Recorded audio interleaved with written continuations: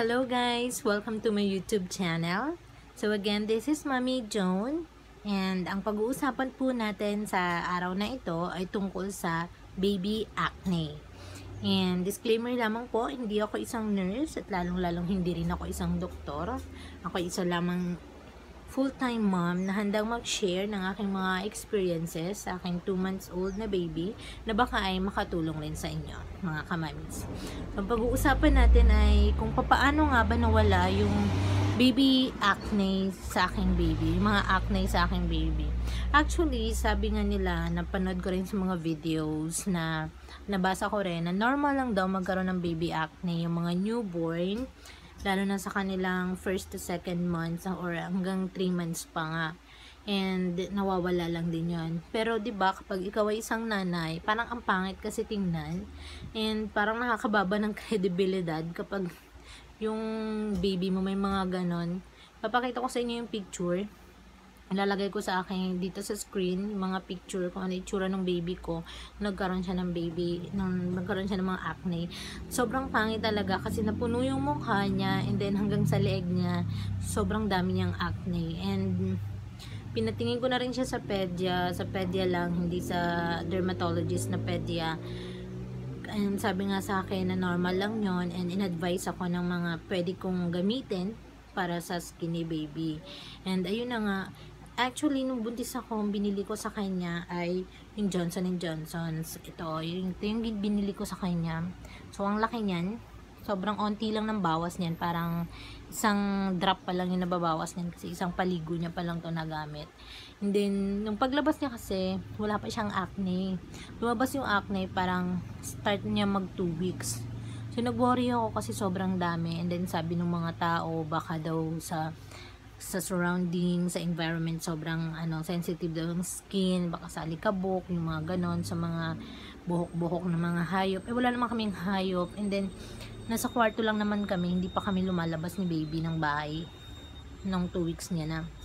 And then, so, nag-decide ako na magpalit ako ng baby wash niya.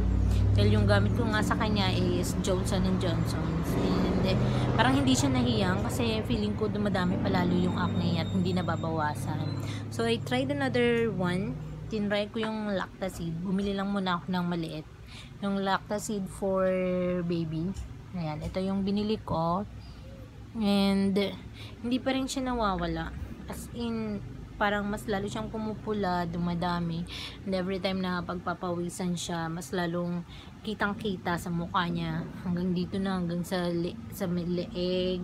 Tapos dito sa tenga. Sobrang dami niya talaga ang acne. And nagwo-worry na ako kasi halos pag may dumarating na bisita, parang nakakahiya na makita nila na ba't ano nangyari sa mukha ng anak mo, ba't ganyan, di ba? So, nanood ako ng videos and luckily, I found out this one. Nakagamot talaga siya. Feeling ko lang ito yung nakagamot kasi simula nang gamitin ko to, nawala ng paunti-unti yung acne niya. And pati na rin yung discoloration kasi nagkaroon siya ng discoloration sa leeg simula nung gamitin ko yung Lactacid. Parang nag-heal yung iba kaso namuti-muti.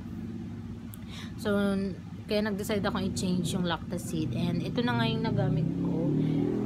Ito yung ginagamit ko. Nabili ko siya ng bundle. Yung Cetaphil Baby Wash. Ayan. In-order ko siya sa Shopee. Yung Cetaphil store sa Shopee. So, ayan. We have to make sure din po, mga kamamis, na branded or legit yung mga mabibili natin. Kasi sobrang daming fake na naglipa na. Lalong-lalo na sa Shopee. So, make sure na dun kayo sa mismong store bibili para nakakasiguro tayong hindi mapapanan si baby sa ginagamit nating mga gentle wash or mga cream sa kanya. So, yun. Ito yung sinimulan kong gamitin.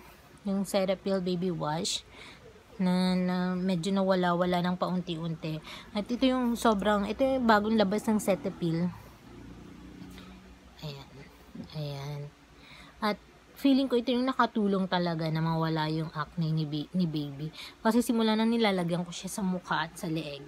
Sobrang ang bilis, as in, parang wala pang 7 days na wala na yung mga acne niya sa mukha at sa leeg. And ayun, papakita ko sa inyo yung picture ni baby ngayon. Sobrang makinis na siya. Medyo pumuputi-puti na rin yung mukha niya. Nawala na yung mga acne-acne niya. So, ayun. Depende pa rin yan sa inyong mga mommies kung ano yung feeling nyo magiging hiyang sa inyong baby. And of course, the best resolution talaga is to consult your pedia muna bago kayo mag-apply ng kung ano-ano, kasi baka imbes na gumaling si baby ay mas lalo lang mapahamak si baby. And make sure na lahat ng mabibili natin ay hindi fake but original, kasi kawawa naman yung baby natin kapag fake yung nagamit natin. So ayan, thank you so much for watching and see you soon in my next vlog.